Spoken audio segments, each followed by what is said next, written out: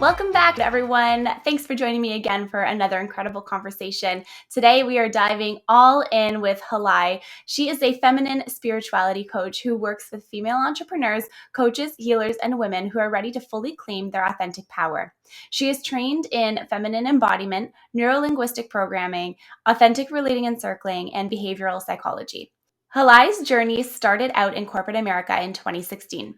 After an experience with sexual harassment with a high-profile client, she fell deeply into a state of anxiety, emotional dissociation, and unworthiness.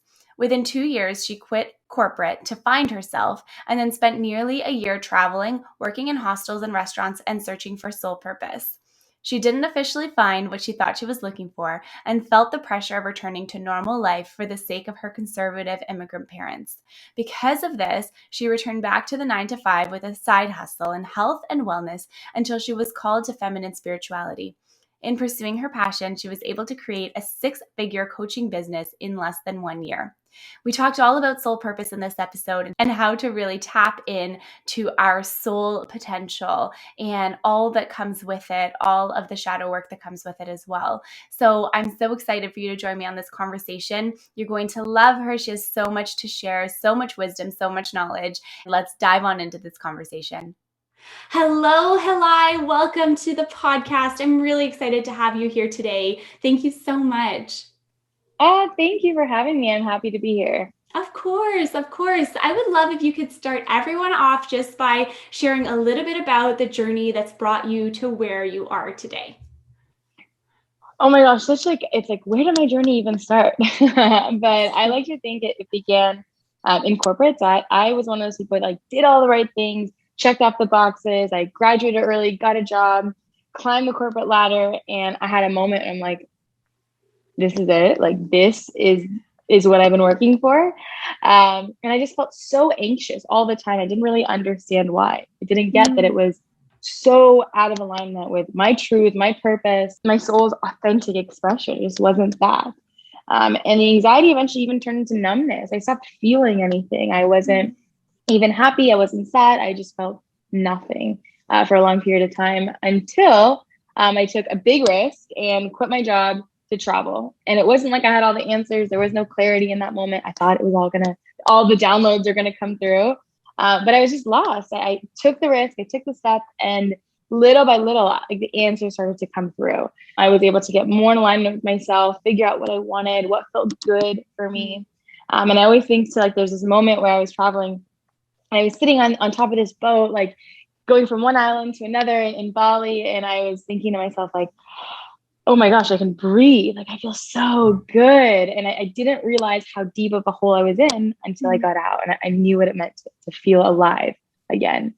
And that sense of aliveness, that's ultimately what it is that I teach, what I embody, basically the moment to moment pivots of my reality now. And that ultimately is the feminine. That's something that I learned so early on, but didn't really piece together as to what it was and why it felt so good.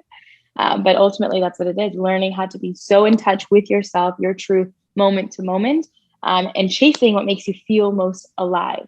And that might be sometimes you go through some of the darker periods. Sometimes you're feeling pretty heavy, or you're feeling just so up in the air and so present, whatever that looks like, but chasing the aliveness. And ultimately, that's how I was able to become into this space. There's so many other little things, but that's kind of a very overview of how I got to teaching and coaching feminine spirituality. That is so beautiful. And you're right. The journey is so packed with so many different moments and realizations and just all this different stuff. And when you were talking, it reminds me honestly quite a bit of how I felt also with being in corporate. And I was like, this is it. I was like, this is what I have done my whole life to work for this. I'm like, no, this is not there's got to be something else that I'm missing or that I'm not seeing here. So I absolutely love that you said that, because I think it resonates with a lot of people. And especially in this time that we're in now of sort of awakening to what our deepest desires are and what we really want. All these people are like, what did I just spend the last 10 years of my life doing? So through that lens, how would you say, or what would you suggest for people to do to sort of really tap into what is it that makes them feel joyful or alive or aligned in their path and what they want to do? Something as simple as like what feels good. And if you can structure your day, you can wake up in the morning and allow the decisions that you make, the path that you go by, just like what makes me feel good? What makes me feel most alive? And it could be in questions as simple as like, do I want to start my day with a juice or a coffee? Like even though I have coffee every morning, like, is it really going to make me feel the most alive in this moment? And it sounds so simple and so silly, but there actually is an answer. If you can check in with your intuition and see where you're being pulled to, what is actually kind of drawing you in that moment? Because there could be maybe something that your body is craving by making that decision. It could be a path that you're meant to go down. You maybe are meant to run into a certain person through that decision. We just don't know. But if you can chase like what feels good and just be continuously checking in with yourself, like, do I still feel good? Okay, good. What do I need to make myself feel better? What shift can I make? And a lot of times what people don't realize is that you have an infinite number of possibilities in front of you.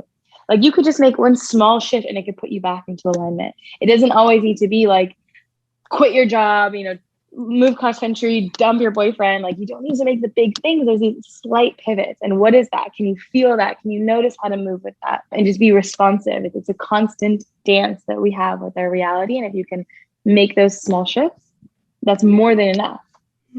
I love that so much. And then in terms of, trying to really tap in to your intuition and get in alignment, like if someone is so far out of their alignment, are there things that you suggest or something you suggest that they do to even sort of have those moments of awareness of what their alignment even feels like? I would say just start off by feeling your no. So before I knew that like I was supposed to, quit or move into this new home, have a new job. Before I knew all that, I just knew what wasn't working. Like this just feels like ick. My body is literally rejecting this. I can feel like the anxiety and the tension in my neck. I can feel like my stomach drop every time I press the elevator button to get up to my office floor. I can feel that in my body. So acknowledge that. When you feel that rejection, oftentimes you want to push away the discomfort, but the discomfort is incredibly revealing. So if you can say for a moment, like, ugh, this literally feels like icky. What about this feels icky? What about this is not okay? Can I honor that no? Can I allow myself to feel the full body rejection? Because your nervous system response to your no is actually incredibly powerful for guiding you into what your yes is. So if you can feel the no, you can actually avoid making those mistakes. You can avoid ending up in those same circumstances over and over again if you allow yourself to feel the rejection inside your body. Remember what that feels like. Lock it in so that it stays inside of your memory. And then that's how you make more conscious decisions moving forward. That is so key. I feel like, and I know myself included, when I feel those moments of no, sometimes I'm like, we're just going to gloss over it and just pretend everything is fine. And then I wonder why at the end of the day, I'm like, I am so drained. Like I am just so drained. And then, you think back and it's like, how many decisions did I make today that actually felt in purpose? You know what I mean? Mm-hmm. Absolutely. Yeah. And the drain feeling, cool. Let yourself feel that. Like, whoa, what did I do today that my body feels like it's putting extra energy, that I'm actually swimming against the current? Because it can be easy. It's actually kind of supposed to be easy. And that's what the feminine is. Like she moves its flow. Things come to her. She's able to kind of just allow herself to be like water and just be responsive to where she's being taken and the momentum that's moving through her reality. It shouldn't be hard. And there's this like part of us that actually wants it to be hard, that wants to feel like we really put in the work, that we earned it, that we deserve to be here. But you can easily slide your way in if you do it right, if you do it intuitively, if you do it with your with conscious choice. That's beautiful. I really, really resonate with that a lot. And then in terms of, the feminine and masculine energy, how can people start to balance this? Because we do live in a society that's very, very masculine driven, like, goals, results, money, income, busy, busy, busy, no time to breathe or enjoy your life, so I do think though, and like, let me know if you agree or not with this. And if you don't, it's totally cool. And I would love to know why. Do you feel that in some moments though, like we do need to be in our masculine and like we do need to be in our feminine? Or do you think that it's actually possible to, lead that 6-7 figure business and only be in your feminine all the time, essentially? The way that I run my business is 100% in my feminine. Like I don't do anything I don't want to do. I don't do it when I don't want to do it.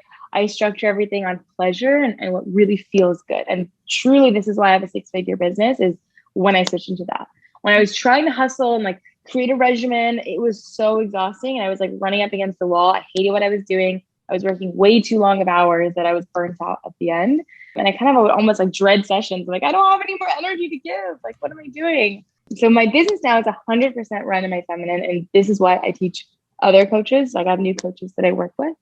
But like, I wouldn't say you necessarily need to be in your feminine or masculine. You will be pushed into that.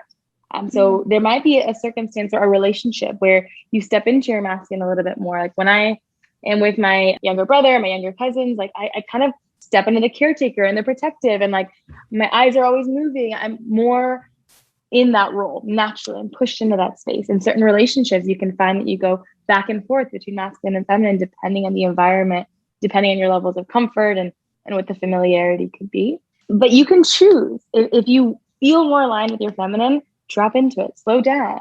If you find that you're going too far into your masculine, how can you take a breath, come back into your body and stay there, stay grounded in your own body? Because you can push both your partner, the experiences in your reality, your whole environment into like the masculine caretaker. You can make the universe take care of you if you drop into your feminine.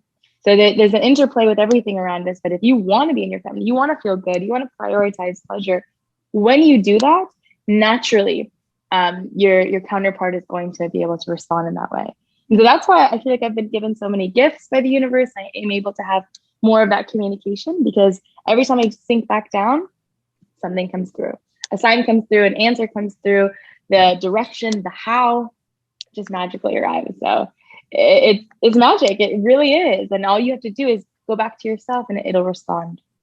I love that a lot. That's a really good reminder. I know for myself, especially right now, that's so, so, so great. And I love that you're able to do that. And I mean, I don't know this for sure, but I would imagine it takes, some time to figure out how exactly to drop into that feminine energy and like what works for you, right? Do you have any tips or any thoughts on how people can start to access that energy, but like, I don't know, just anything that you do that you would recommend people try? I would say that the essence of the feminine is really being in your body. Can you listen to the cues that are showing up inside of your body? The masculine is very much related to the head, consciousness. He's able to like think clearly and understand how to get there. But the feminine feels like, oh, it's coming. It's already there. Like she has like this knowing that the vision is going to work. And that's why together it works so well. Like she has this certainty and this inner wisdom, and he has this ability to figure out the how. Like, all right, I'm going to take you there. I'm going to drive you in there. And both those exist within us. But in order to get back into your feminine, getting back into your body is listening to those cues. And so consistently throughout the day, checking in with your body and how she's responding. So let's just say you're on a date. Like, can you feel when your body's literally getting turned on? Do you know when she's shutting down and feeling closed, not so safe? When you're in conversation with somebody, do you notice when you get kind of like giddy and excited, or when you feel like your stomach sink and there's like this like bubbliness and it's a little bit uncomfy? Listen to how your body responds to every answer, every movement, every interaction. Because with that, we have so much clarity. Like, ooh, this is my yes, this is my no, this is pulling me in a little bit further. This needs me to come back to myself. Like, what do I need? What does my body need? And the more that you can do that, the more it'll naturally be your response, how you show up, how you make decisions. So that's one thing that I would recommend, is if you can just feel into what she's saying moment to moment. That's beautiful. I love that. And I'm curious, and I'm sure our listeners are curious, are also, what do you do for like self-care, like through that lens? Like, what are some of your go-to things that just sort of make you feel really grounded? For me, it depends on my mood and where I'm at, but like there's times where I truly need my people to feel grounded. And the feminine is very much community oriented. She does well in women's circles, being around other women who are able to talk about the same things that they're going through. Her intuition is actually stronger when she's in the presence of other women and when she's able to communicate and be more expressive of what's alive inside of her. So that there's sometimes I truly like, okay, my people, they bring me back and I feel most myself. I'm most able to express myself. But there's another version of expression on my own And for me, like I love doing any kind of like body work. I love massages. I love dance. I am big on ecstatic dance. I love just like getting wild. And I used to go to just group events, but I haven't been to one in a little while since the COVID situation. So I just do it at home. I get wild, I get freaky. I do a lot of like shaking, like full body shaking, breath work. So breath work with dance to just like help the energy move inside of my body and not feel so just stagnant. But yeah, dancing, shaking, all that is really big if I'm just doing my own thing.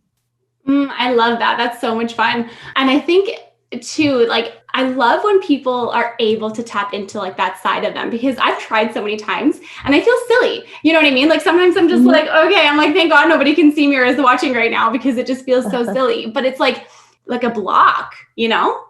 Absolutely. Like what it really is silly. Like you're just moving your energy, you're just shaking it up. And it is, I remember in the beginning, I felt the same. The very first ecstatic dance that I was going to, I was in Bali. I just moved there and I knew I'd wanted to go, but I was like, I kind of was hoping that it would get canceled or that my friend didn't want to go anymore. I was like, yeah, maybe we just can skip it. Like I was so nervous. But once I did it and I got there and it's like, everybody's weird. Everyone's getting funky. Like they're all doing it and they don't care. Like, why would I care?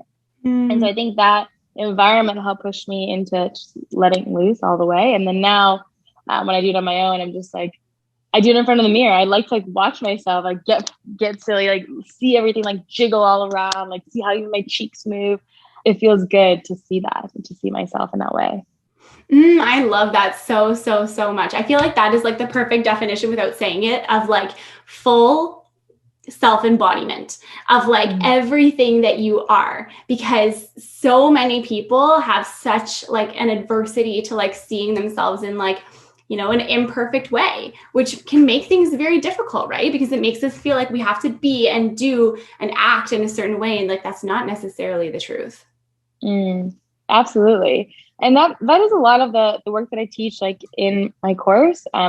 It's specifically on connecting to your body, working with your cycle, understanding different aspects of your feminine, because the feminine is expression.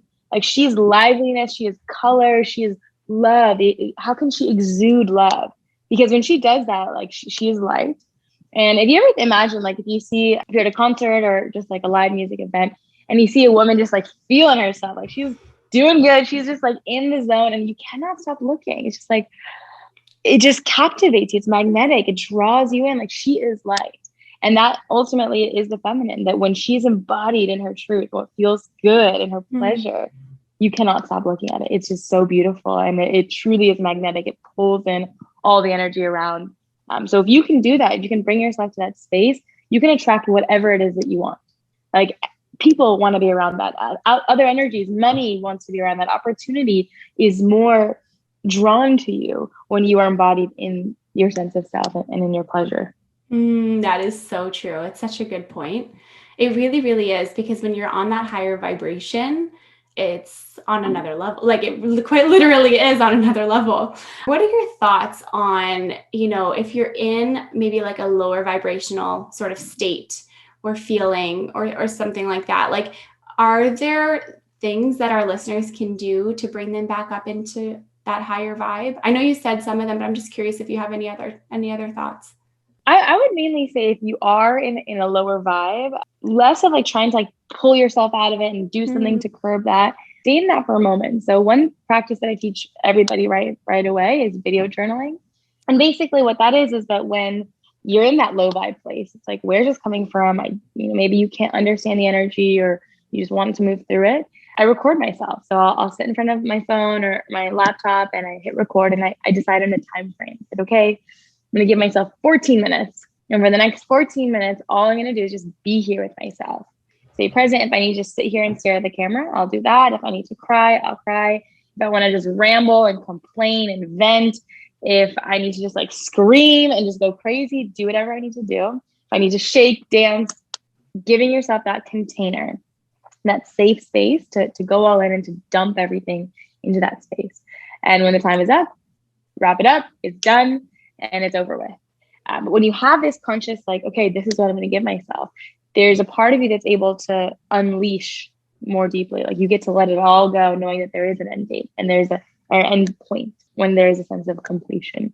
And what's really cool about this is that you can, one, unload everything. Don't need to necessarily make sense of it, but to give yourself the space to release it. Mm. And then if you want, you can always go back, like, the next day, a week, months down the line, and watch the video journal and just see how your mind moves. See what you're avoiding, see where you're closing up, where you're opening. In session, I always like do a lot of evaluation of how our bodies are moving, like how we're fidgeting in certain ways, like how we're closing off, or maybe our shoulders are caving in, or you can feel your throat open up differently. Like, you can see that, and you can witness yourself move through emotion, and it's very beautiful. And there's this deeper level of compassion that comes through when you get to see yourself through this lens. So that's something that I would always recommend everyone to do. Truly staying with the emotion moves the emotion. I love that. That is so cool. I've never heard of that before. And I'm sure that's one of the many reasons why all of your clients have all of these like incredible transformations, because it's not about masking or hiding. It's really about feeling and moving through and honoring the space that you're in. And so I love that. And I love that that's something that, you focus on. I think that's so important. Mm-hmm. I'm curious, can you tell us how we can start to rewire fear or self-sabotage, through your body's like natural cycle?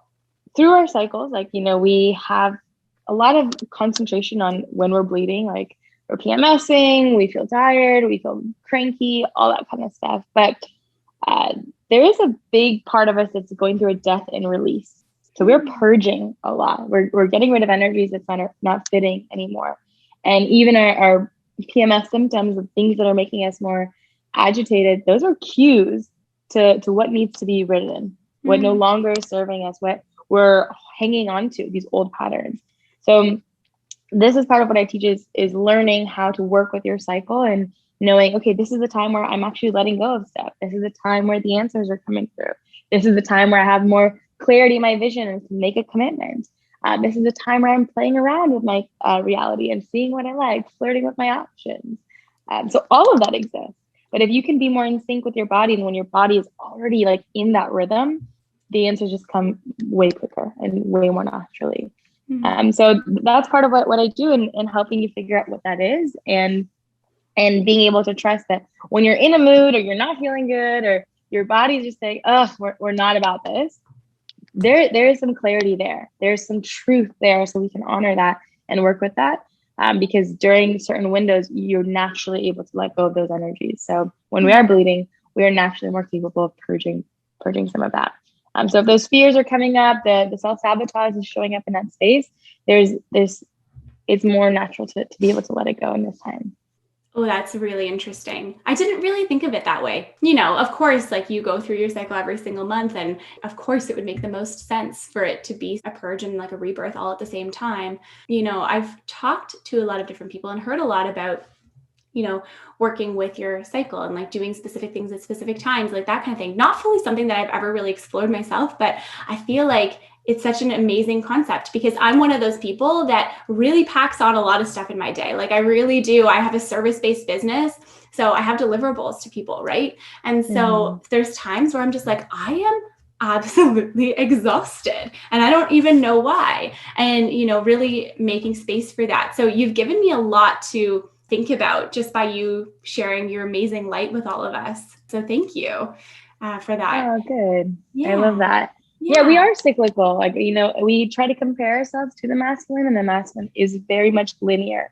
Like they don't look back. Like it is just single focus, exactly. One track. And we're not like that. We need to kind of like fold inside and out of ourselves over and over again, but we're still moving. That's so important to remember, is that when you're in that low point or you're more of a purging phase, you actually are getting momentum. Like you're getting that like, I'm seeing like those Mario Kart, like little, little things, like you're flipping into that, but you're getting like an extra boost still. It's still working. But if you don't believe that, you don't honor your feminine, you don't trust that part of you, it won't work. And we have this natural gift to be able to have dramatic momentum if we work with it. So we don't need to be jealous that we're not linear. They work differently. They operate totally differently than we do. It feels good for them. It doesn't feel as good for us to be in that single track focus. Like there is a way to enjoy what you're doing and to actually move very fast. through it. Oh, I love that. I love that you said that. And that was a great analogy, by the way. Everything Mario Kart is the best. Love it. This is my last question for you. And it's a question that I ask all my guests when they come on the show. And it's, how can someone create a little more happiness in their day, every day, starting today? Oh my gosh. All that's coming to me right now is to just like do whatever you want. Do whatever the fuck you want. Whatever feels good. Make those pivots. Allow your day to be prioritized by pleasure. And that's it. Like truly, if you can shift your reality into thinking that pleasure actually gives me the momentum that I need. Pleasure gives me the clarity. Pleasure gives me abundance. Pleasure connects me to all the right people. My pleasure is so magnetic. You will have so much success. And that really is my life, how I live my life. I've made a lot of really dramatic decisions. My parents are constantly like, what are you doing? Like, you need to get your life together. But my life is together. It just doesn't look like how they think it should look. And I'm so grateful for it. And I have had so much success because of that. I don't work any more than I want to work. I only work with who I want to work with. I make sure that I feel good first before anything else. That's really, really key. That's beautiful. Thank you so much. And I would love to know where our listeners can find you so they can connect with you and learn all of the beautiful things you do. Yeah, I'm very active on Instagram. I don't have like a personal Instagram, so you'll see all of me and coaching and my lifestyle and the mess that is my life currently, because I'm in a big dramatic change, moved out of Costa Rica, back in North Carolina, not really sure what's next. So you can catch me on there. Or if you want to work with me, the link to apply is on there as well. So my website is just hilay.co. Perfect. Thank you so, so, so much for your time and just for sharing all of this incredible wisdom with all of us today. Yay. Thank you so much for having me on. So welcome. And thanks so much, everyone, for tuning in to the episode. I hope you love this conversation. I know I feel like 1,000 times more grounded after talking with you. So I hope you all enjoyed. Please connect with us on social media. Let us know you're listening. Let us know what you loved. And remember that happiness happens when you're least expecting it. Well,